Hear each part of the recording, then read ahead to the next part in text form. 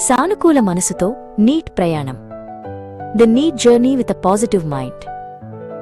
అనన్య ఒక తెలివైన విద్యార్థిని.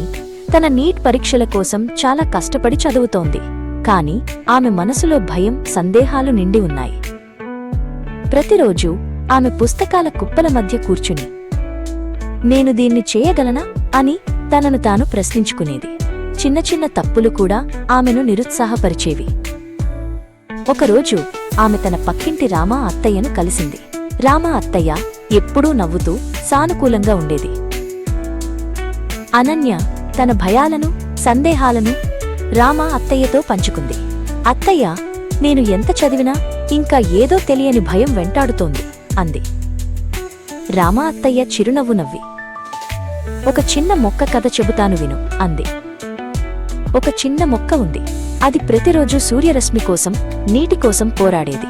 కొన్నిసార్లు గాలివానలు వచ్చినా అది ఎప్పుడూ ఆశ వదులుకోలేదు. దాని వేర్లు లోతుగా పాతుకుపోయాయి. దాని ఆకులు ఆకాశం వైపు చూశాయి. అది తనను తాను నమ్మింది. చివరికి అది ఒక పెద్ద అందమైన చెట్టుగా పెరిగింది. అనన్య, నీ మనసు కూడా ఆ మొక్కలాంటిదే. భయాలు, సందేహాలు, గాలివానలు లాంటివి. వాటిని దాటుకుని నిలబడాలంటే నీకు సానుకూల దృక్పథం అనే సూర్యరశ్మి కావాలి.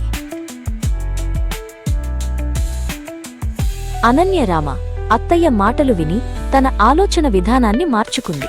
ఆమె తన భయాలను వదిలేసి ప్రతిరోజు చిన్న చిన్న విజయాలను గుర్తించడం మొదలుపెట్టింది.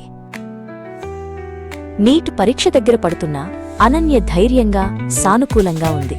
ఆమెకు తెలుసు, విజయం కేవలం గెలవడం కాదు, ప్రయాణాన్ని ఆస్వాదించడం కూడా అని.